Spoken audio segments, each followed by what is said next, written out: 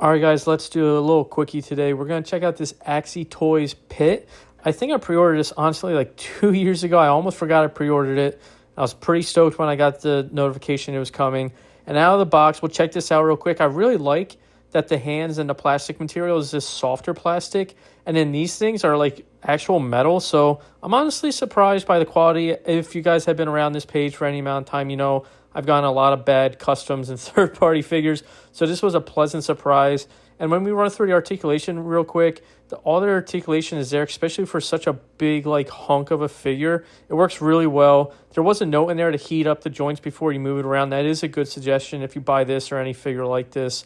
It definitely made a difference once I did it. There is a little limited articulation because of the clothes on the legs, but overall this looks really good. I also, like I said, it's a little gummy in the jaws too. I like that though. I also got the headset, so you got a couple different heads. They aren't too different, but I think the sizing is a little bit different. It looks pretty good on there though. Every single one comes with ponytails. So for the price, you definitely get your money's worth. But I had much different ideas for this body, and I want to make a Red Hulk. This Red Hulk from Marvel Select is amazing, but the articulation really lacks. And so I want to take the head from there and put it on this guy. As you see, we're going to have to do some work to get the head to fit on there. The reds don't match up very well, and the ball socket on this body is way larger than it is on this Marvel Select. So we go ahead and Dremel this out. I just took my time, Dremeled a little bit more each time, and kept trying to fit it onto the ball joint. And eventually it fits on there. It's a little loose now. I kind of went a little too far on my last little round, but that's okay. We can do blue sticky tack.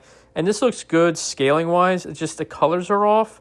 So I painted this a darker red, and now the colors are still off. This is a tricky red to match, so I ended up just repainting the whole body. I used this red from the Golden Acrylics that I always use, and like you can see here, the reds still don't match because it's a really transparent red. So it just went over the other red and black shading that they did a really good job on the original base figure, and just still didn't match the head. So we're going to have to mess around with that.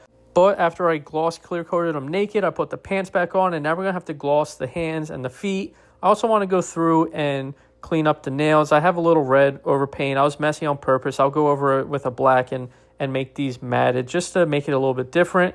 And when it's all said and done, this is what we're working with. I ended up doing a black wash on the face, and it looks better. It's still a little dark, but it's as close as we're going to get for now.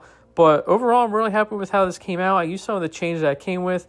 I think kind of cool to, put some chains on them. But let me know in the comments what you think of this Red Hulk.